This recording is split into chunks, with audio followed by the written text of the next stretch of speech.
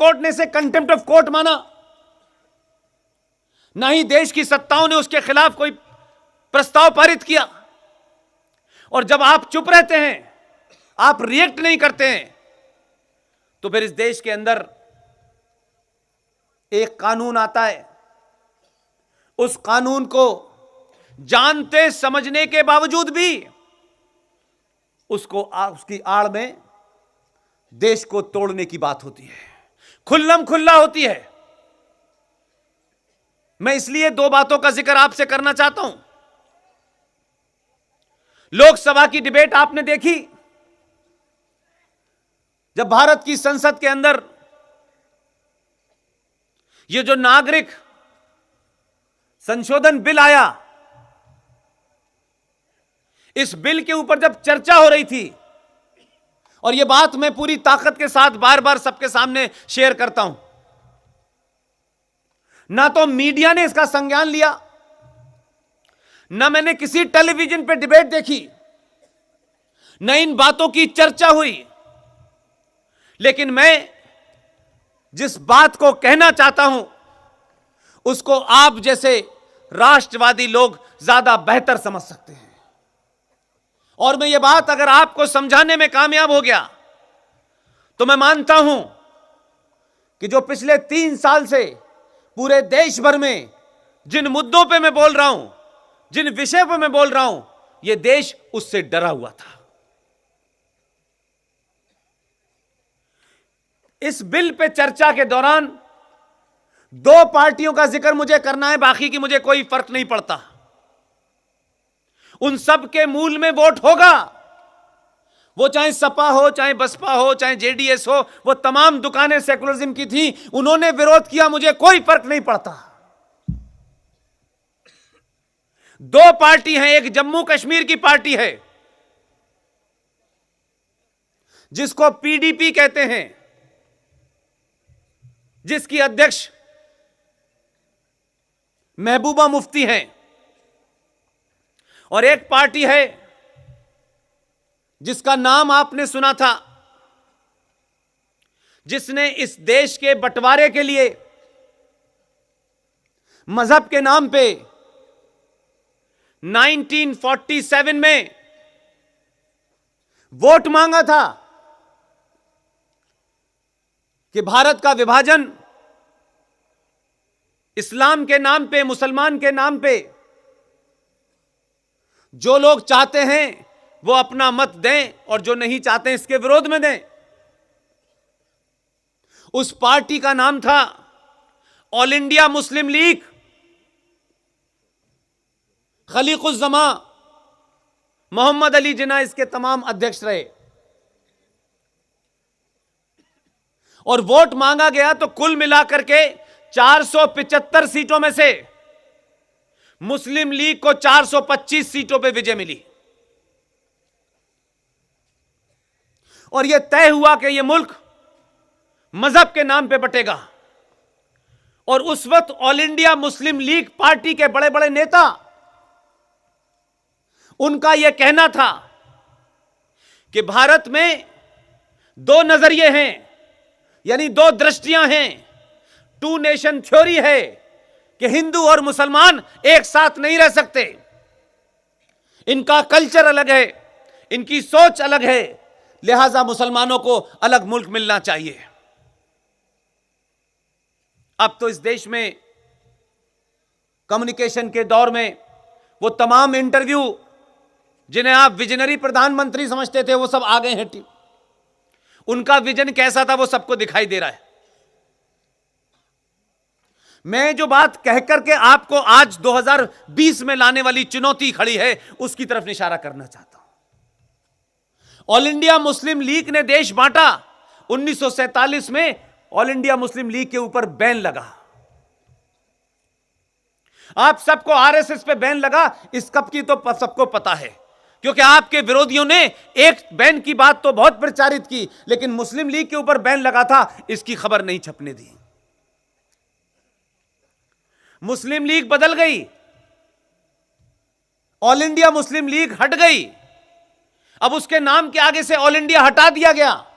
उसका संविधान वही रहा, उसकी सोच वही रही और उसका नाम बदल के आज आजाद भारत के अंदर उसका नाम हो गया इंडियन यूनियन मुस्लिम लीग।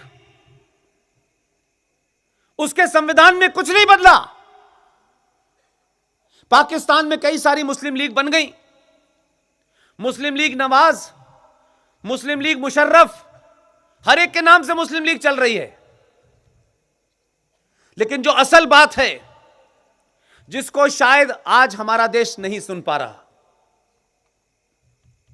जब नागरिक इस अधिनियम के ऊपर संशोधन पे बात हो रही थी, सिटीजन अमेंडमेंट बिल पे बात हो रही थी, तो जो इंडियन यूनियन मुस्लिम लीग जो आज आजाद भारत के अंदर केरला तक सीमित हो गई है, उसकी पार्टी का एमपी जब बोलने के लिए खड़ा हुआ तो ना तो हमारे किसी मेंबर ऑफ पार्लियामेंट ने टोका, न मीडिया में यह बात पूछी गई। जिस पार्टी का चार्टर था कि भारत को दो हिस्सों में बांट दिया जाए, हिंदू और मुसलमान में, हमने उनकी बात तो मानी, लेकिन मजहब के नाम पे जब यह बटा था तो 98% मुसलमान यहां से नहीं गया।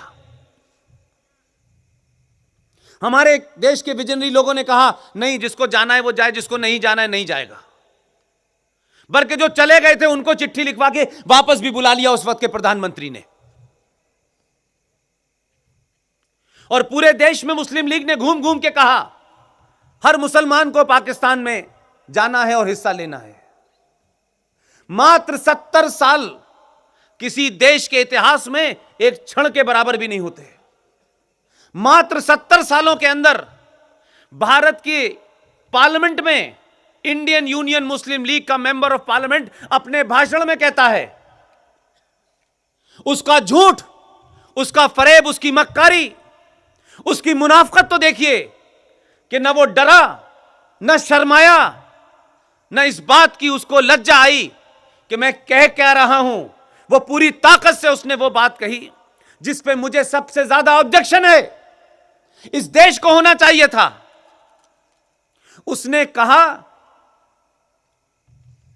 कि ये जो बिल आया है, इस बिल में कहा गया है कि पाकिस्तान में जिन लोगों को मजहब और धर्म के नाम पर सताया जा रहा है, पीड़ित बनाया जा रहा है, वो तमाम लोग भारत में जो आए हुए हैं उनको भारत नागरिकता देगा। उसमें कहा गया हिंदू हैं, जैन हैं, बौद्ध हैं, सिख हैं, पारसी हैं। सिर्फ इतनी ही बात थी बिल में, लेकिन इंडियन यूनियन मुस्लिम लीग का मेंबर ऑफ पार्लियामेंट, जिसकी पार्टी ने 70 साल पहले इस देश के 2 टुकड़े कर दिए और 21 लाख लोगों की लाश पे यह देश हमको मिला, वो अपने भाषण में कहता है कि गांधी के देश में, बाबा साहब के संविधान में यह कैसे हो सकता है कि आप मजहब के नाम पर लोगों के अंदर डिफरेंस पैदा करें, उन लोगों को 2 अलग नजर से देखें। लिहाजा अगर पाकिस्तान से कोई मुसलमान भी भारत में आके बसना चाहता है तो उसकी भी छूट होनी चाहिए। क्या भारत के किसी शख्स को पब्लिक में, अखबारों पे, डिबेट में यह सवाल नहीं पूछना चाहिए कि मुस्लिम लीग, जिसका चार्टर, जिसका संविधान वही है, जिसने इस मुल्क को 70 साल पहले बांटा था अपने एजेंडे के लिए, जब गांधी कहता था कि मेरी लाश पे देश बटेगा, तब इस देश की मुस्लिम लीग जिना के सामने साथ साथ मिलकर के नैन लड़ा रही थी और इश्क कर रही थी। तब उन्हें जिना की बात ठीक लग रही थी, तब वो जिना की बात के फॉलोअर थे, वोट मांग रहे थे भारत के विभाजन का। तो 70 साल पहले जिना प्यारा था, जो मुस्लिम लीग का प्रेसिडेंट था। 70 साल में ऐसा क्या हो गया है कि वही मुस्लिम लीग अब भारत की पार्लियामेंट में खड़े होकर कहती है गांधी का देश। जब गांधी ने कहा था तो गांधी को नहीं माना था, क्योंकि एजेंडा देश को बांटना था। आज गांधी के देश की दुहाई दी जा रही है, बाबा साहब के अंबेडकर की दुहाई दी जा रही है, तब तो अंबेडकर की भी नहीं सुनी थी आपने। तो फर्क क्या है? एक नारा बहुत सुनता था मैं बचपन में, जहां से पाकिस्तान का थॉट विचार पैदा हुआ, उसी जगह मेरा भी जन्म हुआ है। बहुत बार मैं ये सुनता था, मुझे ताज्जुब होता था कि इस नारे का मतलब क्या है, और बहुत जोर जोर से कहते थे, लड़के लिया है पाकिस्तान, हंस के लेंगे हिंदुस्तान। ये जो आज की स्थिति है, ये हंस के भारत को लेने वाली स्थिति है। इस देश के कानून, इस देश के संविधान, इस देश के बौने नेता, इस देश की संसद, इस देश की पुलिस, इस देश की जुडिशरी को डराओ और अपनी मांगे नाजायज मनवाओ। वही लोग जिन्होंने देश बांटा, वो 70 साल के बाद कहते हैं गांधी का देश है। तो 70 साल पहले कुछ आप और थे, आज कुछ और हैं। आज सिर्फ आप इसलिए बदले हैं कि तब आपको लगता था कि अभी तो मुल्क ले लो, अभी तो एक फौज ले लो, अभी इस्लामिक राज्य बना लो। 70 साल के बाद मूर्ख नेताओं और सोए हुए समाज के कारण इसी संविधान का, इसी देश का, इसी संसद का इस्तेमाल करके हम अगले 50 साल तक एक एजेंडा पे लगेंगे, और 70 सालों के बाद यही देश फिर दोबारा से जब हमारी बात नहीं मानेगा तो हम देश में आग लगा देंगे, क्योंकि तब हम 3.5 करोड़ थे, अब हम 33 करोड़ हैं। इसी तरीके से पीडीपी नाम की जो पार्टी है, उसके मेंबर ऑफ पार्लियामेंट ने संसद में खड़े होकर के जो कुछ बोला, वो तो उनसे भी ज्यादा खतरनाक था। और ये बात बार बार मैं इसलिए कहता हूं, अपने गांव में अपने साथियों से, और जो भी मिले बिना डरे, और ये बात मुझे आपसे इसलिए नहीं कहनी चाहिए कि आप छत्रपति महाराज शिवाजी की भूमि पे हैं, आप धन्य हैं कि आपको एक ऐसा गुरु मिला हुआ है जिसने अपना जीवन जी करके बता दिया है कि अभी शिवाजी जिंदा हैं। जम्मू कश्मीर में आप सब जानते हैं कि जो भारत का नागरिक है वो जरूरी नहीं कि जम्मू कश्मीर का भी नागरिक कहलाएगा।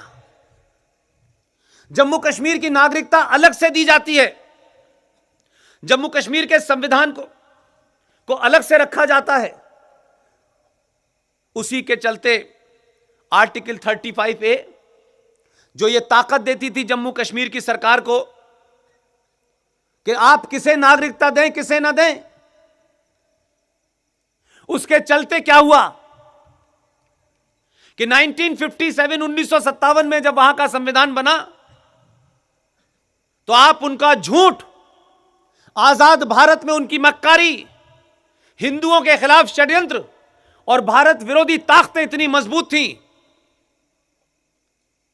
कि यह कानून, यह राष्ट्रपति का आदेश 14 मई 1957 को भारत के संविधान में जोड़ा गया। लेकिन जम्मू कश्मीर का संविधान 1957 में बना, और जब उन्होंने इसे अपने संविधान में जोड़ा तो यह कहा कि हमारे संविधान में हम इसे जोड़ेंगे, लेकिन इसके जोड़ने की डेट, इसकी कट ऑफ डेट हम 1944 रखेंगे। तो 1957 में जो कानून बन रहा, जब यह देश आजाद था, उसको 1944 से लागू करने के पीछे क्या मंशा थी? देश के विजनरी प्रधानमंत्रियों ने नहीं पूछा,